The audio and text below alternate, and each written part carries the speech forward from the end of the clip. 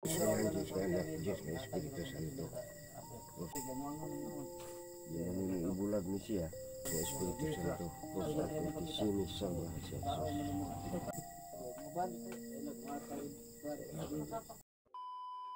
What's up tol? Isang mapagpalang hapon po sa inyong lahat. So lalong-lalo na po sa lahat ng ating mga masugid na taga-subaybay. So yun tol, nais ko lang po ipaalam na ilang araw na po tayo na hindi nakapag-explore sa nangyari lang talaga tol na sobrang busy po lagat natin at meron tayong mga inisikaso. At ngayon tol, ngayon bibisitahin ko muna si Tatay Jumbo upang kausapin ko tol, padagdag na makabasbas muna tayo at mapadagdag ng lakas so patindi ng ating orasyon lalo na po sa kanyang gimat na binigay tol. So yun tol, nag-alala na po tayo no, sa kalagayan ng ating mga kaibigan na medyo hindi na maganda ang kalagayan nila kasi alam naman natin tol paghawak tayo ng mga kalaban o mga bandido na sobrang bangis po talaga nila, walang awa sila tol, walang awa kung manakit, parang wala silang mga kaluluwa tol ba. Experience din natin yung tol yung nabihag tayo, tayo ang nahawak nila, kaya halos hindi na ako makapanood tol sa mga video ng mga kaibigan ko, lalong lalo na kay Kuya Bads Alpha. Nakikita ko ba ang sitwasyon masakit tol, masakit din sa loob ko, pero kailangan unahin ko muna sa yung pamilya ko tol. Siguro baka bukas o sunod na araw tol, lilipad na tayo. Nakahanda naman dito tol, nakahanda ng mga kagamitan ko, lalong lalo na yung mga pangangailangan doon sa pulo. Prepare ako tol, nakaprepare na to. Kuha na lang dito tol, matapos ko to yung mga inisikaso ko, matapos ko to tol, hindi na tayo magdadalawang isip na lilipad kasi nasa ganitong sitwasyon na tayo ngayon tol ba. Sa sitwasyon na tayo medyo nasa pikid din kasi kababago lang na nanganak ng asawa ko, kaya may mga inisikaso pa kanina na pasikapon sila ang anak, sikap muna kami tol, kaya yun, kanina sana ang schedule namin na alis. So yung mga kaibigan ko na sila Tatsuki at si Pare Art Mukong, umalis na sila kanina, kaya ako naiwan muna ako dito. Siguro baka bukas tol, lilipad ako kung wala namang mga kakulian ba o trouble. So yun tol, abang-abangan nyo to na dito ako nag-intro at pupunta ako doon kay Tatay Jumbo sa kanyang anak upang bisitahin natin tol. So yun, tara. What's up tol? So ngayon tol, nandito na po ako no, sa bahay ng anak ni Tatay Jumbo. Bago ko lang karating tol, sinama ko na yung si Pinunong Liit kasama ko. At hindi na ako nagbibideo doon tol ba sa daanan namin papunta dito kay Tatay Jumbo. At ngayon tol, sobrang saya po ni Tatay Jumbo no, na nakarating ako. Kasi sa hindi pa ako nag-open ng video tol, nag-alala siya sa akin kasi naramdaman daw niya ang nangyari sa akin tol. So yun tol, ito si Tatay Jumbo. Kung naalala nyo tol, si Tatay Jumbo ang nagbigay ng itong agimat ko at nagpapalakas, at siya ang nagbigay ng protection sa akin. Yun tol, hello, si Jumbo at Pinunong Liit sama. So Ayong gabi.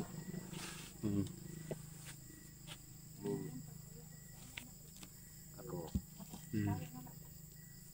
nakakuan ko sa akong gikuan sa imuha ron ba. Gusto na ko nga atoan ng ritualan kay aron malaki ang mga kuan na gahon. Ya, kumusta man ka kumusta man ka diri? Kumusta man ka diri sa imong anak? Tay. Okay naman po na dalang ko ko'y tibati sa kong lawas so kuan murag kalintura ba. Indra. Ngano man na unsa may mga hinungdan na? Kuan na ba ko ni na ulan-ulanan ko ba niya. Medyo na pasar-pasaran ko gamay. Okay. Trangkaso. Murag isa pud na sa imong giingon no na naapektahan no pagkakuha pagkatong natanggal na ko ni akong kuan katong natanggal ni so ganito talaga dito hindi day pwede dito matanggal sa katawan ko kasi isa po sa nangyari katatay Nyumbo nanghihina siya at nanghina medyo nagkasakit siya ba dahil day pagkawalay nitong agimat ko sa katawan dapat to dito tol ang gagawin hindi do dapat to ihiwalay sa katawan ko kasi maapektahan din siya tol manghihina din siya ba pag mawala ito sa katawan ko lalong lalo na po katulong lalong lalo na tol yung nangyari sa akin yung pagkabihag ko at ngayon tol kinausap ko siya kanina hindi pa lang kami nag-upinkam ba at hanggang ngayon sinabi niya kinailangan daw na basbasan niya ulit ako para dagdag protection o dagdag lakas sa akin tol so yung ibang mga detalye tol hindi lang namin ibibigay alang-alang po sa kaligtasan so basta tayo dyan po tol Ano na ang imuhang gidala? Dili pwede na ang imong ibulag sa imong lawas. Kanya panahon sa kuan kay ako bisag na sa imuha ako ritual gyapon. Diya sa imuha sa imuhang utang. Ganito day ganito ibalan day gyapon nimo kanang unsay gidagan day. May balan gyapon day nimo. May balaan nimo? Pwede. Sige, unsa pa may mga dungag istorya nimo? Ano siya? Dawas nga dili na nimo ni ibulag. Kini. Di na nimo ibulag ni siya. Sa mga kuan ko. Bisan ako may pituhan po ko ano.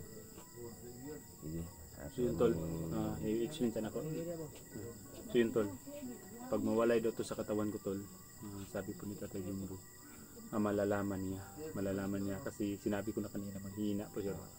Kaya gagawin niya ngayon, papalakasin niya to ulit. Kasi alam niya lahat ang nangyayari tol. Lalong-lalo na sa mga kaibigan ko. Lalong-lalo na Kuya Kabad, Salpa. Lahat ng mga kaibigan ko tol, yung mga kasama ko, nalalaman din niya ang bawat nangyayari. Sige. Dito sa kanak, barog sa kanak.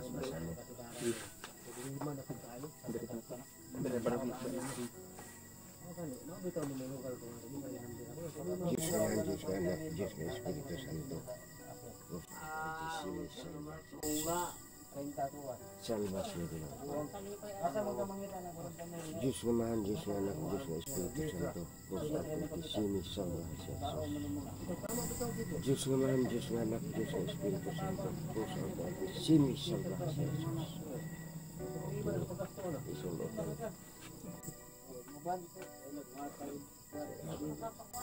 Ayaw na Diyos, ibulag na. Diyos na mahan, Diyos na anak, Diyos na Espiritu Santo. Diyos na Pagkisimis, salvas siya. Mana siya ang pangawas, ang panalipod sa panagigaya. So, kan mangudlo katong tabo na ko ba? Ang kini hiniwalay ko to sa kuan ba? Linagay ko sa bag. Paglagay ko sa bag yun, naka-encuentro ako ng maraming mga kalaban. Nalala mo ba yun si Mukong? Kasi si Mukong na kinumdum kauban ako ba? Kung train ako. O nabihag siya, nadakpan siya sa mga kalaban. Notong tungod sa nakapokus na ako sa kalaban. Nagdagang kalaban ako na pinitukan na ako siya. Yun, hindi ko na naibalik ba? Wala na ako naibalik sa bag. Ay sa kung kuan. Na corner ko. Nadakpan jud ko nila. To gani ko ato no na dili na ko ka uli. Kay tingin ako munuga ko lahat akong lagmay. Dito to sa bukid sa Katong dito inako na mo. Nainkitrohan na mo na area ba? yung sa sapa. Kato ako na bukid. Kuan na mo. Natin ako kuan ay to na juga to la. To na juga may gani kay Dato isa ka bandido na maayo po siya ba? Ako na influensyahan sige kay siya pag siya mo bantay sa kuha. Sinasabihan ko siya na, sinasabihan ko sa istoryahan ako siya na guminsin ako sa mabago na kay ano mo ning kuan. Tong makaluyan nakita din nila na kay nadakpan siya sa kong kauban. Tugan siya sa tanan dito. Nakita din nila na sa kong bahagi. Siya ang nagbalik. Pagbalik niya ni pag sinuot niya tuloy sa akin. Ito mo to nibalik akong kuan. Nibalik akong mga kusog. Kaya kung wala na nabalik siguro Kuan, dili gid nga yung ibulag mo na. Yung panilitan, masuot sa imong bag.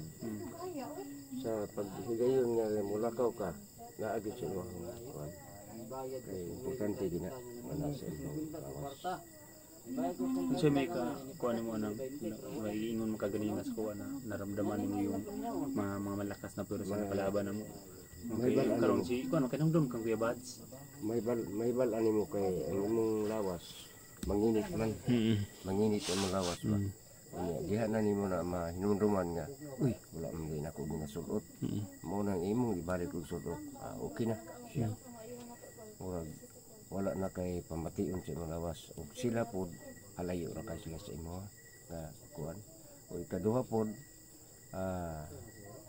di na sila maka dayon dali-dali og kuan sa imo pukan. Oo. Kay tungod kay naa man tay dahon. Muna nga bisan pagpalabuhan nila na og kuan pero di sila kahimo. Nga na kuan. So kuan ba? Kay numdum pa mga Kuya Bads no katong kauban na to nagkuha ta tong mahiwagang tubig ba? Nadakpan siya karon. Unya. Mga akong giproblemahan no kay mo ganing giduon na lang po ta kay di pa biya ko kalakaw. Pud do kay hindi pa ko makaalis ba kasi kakanak lang yung asawa ko ba. Asawa na ko ba pa ng anak. Nahibalo sila. Di ang problema gay nako no kay ginahanglan gid sila sa akong tabang kay nadakpan lagi sila. Tawag ko na ako ba. Hindi ko kung mo ganing nalito ako ba si sa nangyari kang Kuya Bads. Kay mayo kung ato ang kung okay na ang pamilya sa may mayo ato. Matutulong ka? Sige, pag-usapan natin yan. Doy kayo sila lagi? Lugoy sa po.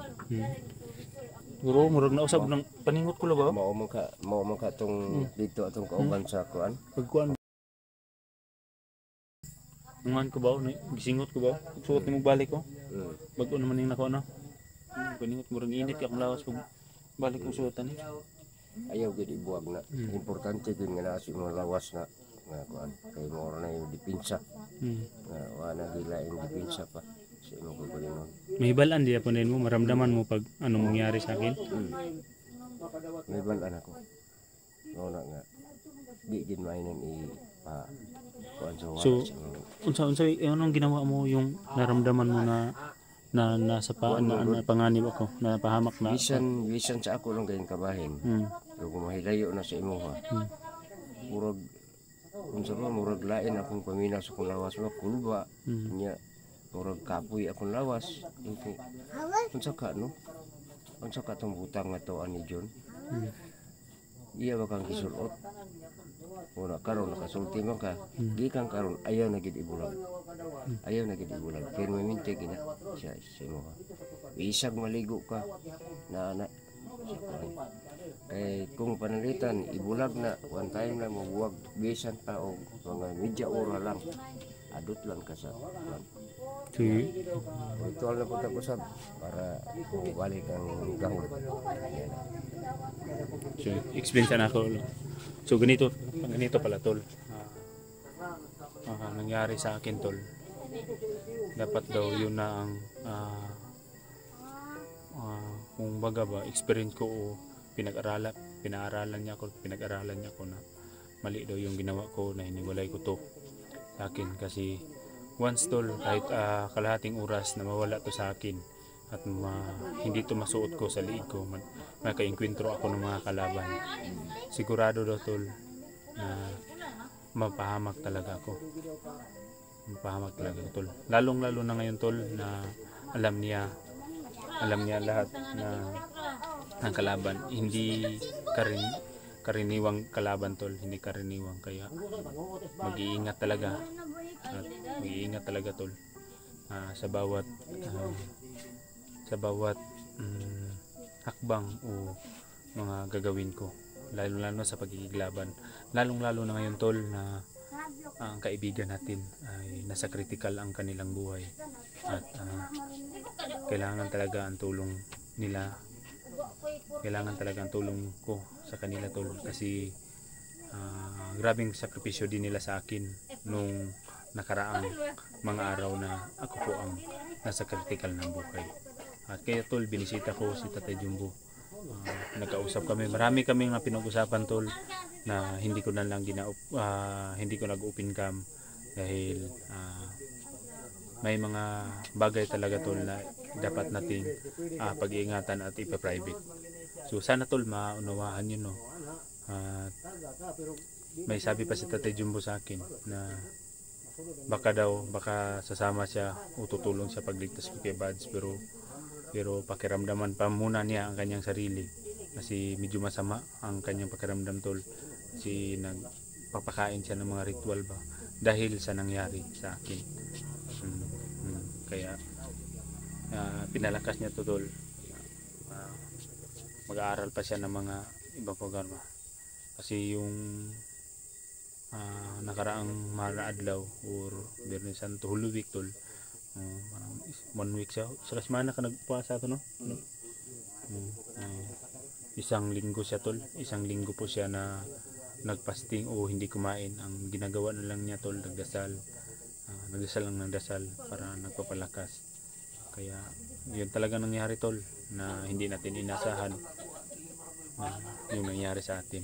At ngayon hanggat makakaya ko tol, pag maging okay na po lahat ng obligasyon ko sa aking pamilya, agad-agad o lilipad ako para sa mga kaibigan ko.